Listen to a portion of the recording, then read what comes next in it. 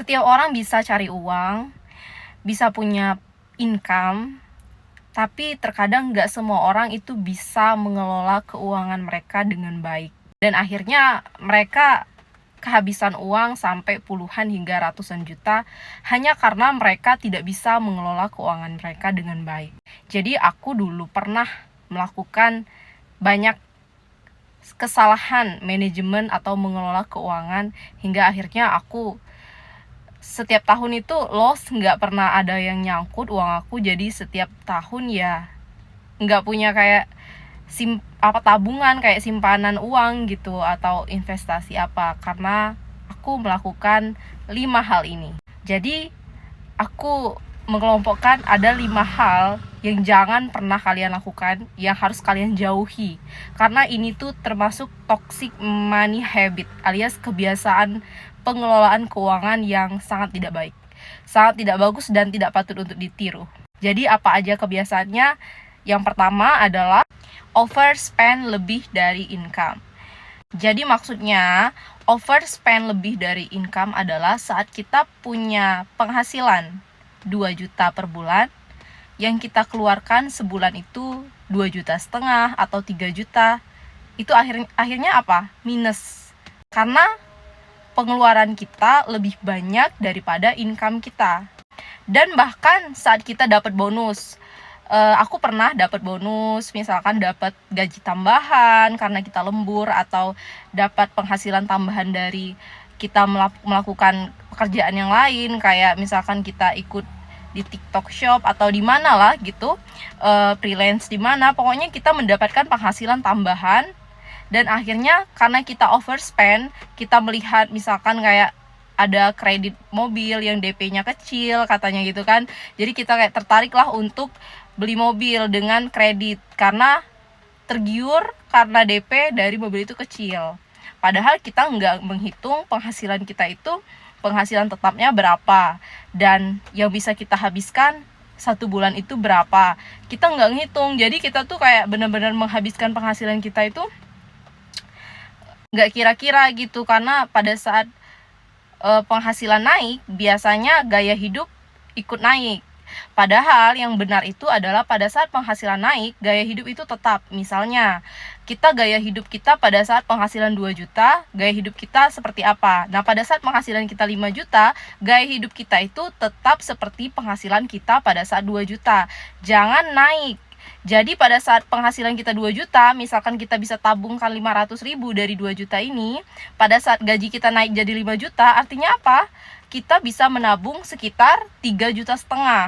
Jangan naik gaya hidup, tapi tabungan kita yang naik gitu. Misalkan tabungan kita 500 dan pada saat gaji kita 5 juta, tabungan kita yang jumlahnya yang naik. Itu yang sebenarnya pengelolaan keuangan yang bagus. Nah, yang kedua adalah tidak pernah budgeting income dan spending. Jadi saat kita dapat gaji, misalkan awal bulan ya, jadi kita langsung beli keperluan kita bulanan ya, langsung kita beli, terus nggak lagi mikir budgeting untuk pengeluaran berapa, untuk biaya dana darurat berapa. Jadi kita tuh nggak mikir itu lagi, kita tuh langsung aja habiskan gitu selama 1 bulan itu dari gaji kita. Bahkan pas di akhir bulan kita tuh mulai minus, mulai mikir, aduh gaji aku udah habis nih, terus aku ngelanjutin hidup seminggu ini gimana ya gitu kan, karena kita nggak pernah budgeting income kita berapa, spendingnya tuh per bulan tuh harusnya berapa, dan kalau bisa kita tuh track per bulan itu uang yang bisa kita save itu berapa. Kalau seandainya aku bisa nge-track berapa yang bisa aku simpan, mungkin dalam 1 tahun aku udah bisa nabung sekitar 20 atau 30 juta dari penghasilan itu. Itu pun kalau kita benar-benar menyisihkan sekitar 10% dari penghasilan, itu udah dapet sekitar 30 jutaan. Tapi kalau kita bisa saving atau menabung sekitar 50% dari penghasilan, mungkin udah lebih banyak dari itu per tahunnya. Jadi budgeting di sini penting banget. Kita budget, sebenarnya kita tuh nggak boleh yang namanya benar-benar hemat dan tidak sayang sama diri sendiri, nggak ada self reward, itu nggak boleh ya sebenarnya. Tapi kita harus budgeting dari gaji kita yang 2 juta ini, berapa yang harus masuk ke self reward, berapa yang untuk jalan-jalan, berapa yang untuk entertain, atau berapa yang untuk pengeluaran pokok dan lain sebagainya, berapa yang untuk ditabung. Jadi kita budgeting sebelum kita spending gitu. Kemudian yang ketiga adalah hampir sama dengan yang kedua tadi, adalah tidak punya ilmu soal money management, alias kita itu nggak mau belajar tentang money management, padahal ilmu tentang money management itu sangat penting. Bahkan orang yang tidak tamat SD atau SMP aja itu bisa money management, karena aku pernah lihat om aku, dia tuh nggak tamat SD tapi dia bisa punya ilmu money management karena dia itu belajar dari yang kecil dulu, dari penghasilan dia yang kecil itu. Jadi dia bisa gimana ngaturnya supaya akhirnya dia bisa punya usaha yang seluas sekarang ini. Yang intinya kita tuh perlu belajar gitu, nggak perlu yang namanya belajar dari sekolah. Kita bisa belajar otodidak, kita bisa nonton di YouTube bagaimana cara pengelolaan keuangan kita. Terus yang keempat, ini sangat harus dijauhi banget deh, karena aku pernah ngalami juga, yaitu adalah nabung di akhir. Pada saat kita dapat gaji, kita spending dulu. Nah, pas di akhir bulan baru kita mau saving. Nah, gimana cara kita mau saving kalau seandainya di akhir bulan terkadang kita udah minus? Jadi yang bisa kalian lakukan adalah pada saat dapat gaji di awal 2 juta misalkan, kalian harus mulai ditabungin gitu. 2 juta ini yang mau ditabungin berapa budgetingnya, misalkan 500. Jadi 2 juta itu langsung kalian tabungan 500.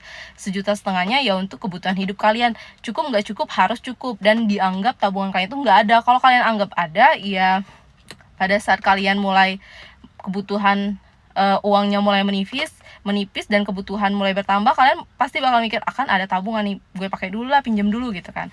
Dan kalian nggak boleh ngelakuin hal itu. Kalian harus benar-benar kayak, ya udah itu uang udah nggak ada, anggap aja nggak ada tabungan itu.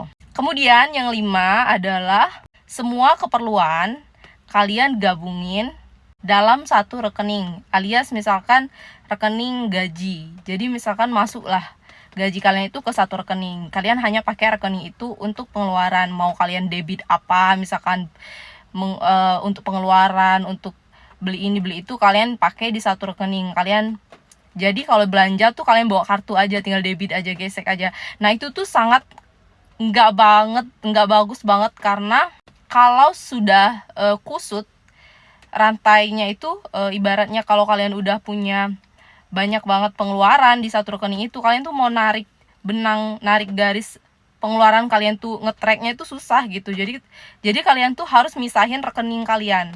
Jadi rekening untuk tabungan, rekening pengeluaran, sama rekening untuk keadaan darurat, misalkan dana darurat, emergency ya. Jadi kalian harus misahin jadi 3 rekening kalau bisa. Tapi kalau belum bisa ya buat 2 rekening lah minimal gitu.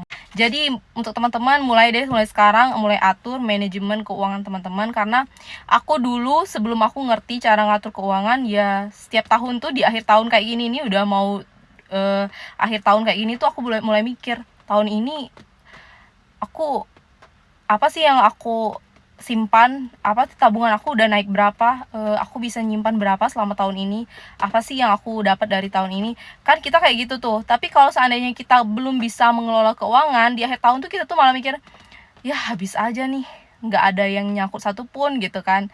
Gimana mau mulai investasi atau mulai menambah income gitu kalau kita belum bisa mengelola keuangan kita. Jadi buat teman-teman, please deh mulai kini atur kebiasaan teman-teman dalam mengelola keuangan. Oke teman-teman, kalau ngerasa video aku bermanfaat, silakan klik like, comment, and subscribe. Di video aku akan banyak membagikan tentang hal-hal yang bermanfaat, kemudian tentang keberlimpahan, tentang LOA, sholawat, dan masih banyak lagi. Pokoknya makasih udah nonton video aku. Assalamualaikum warahmatullahi wabarakatuh. Bye-bye.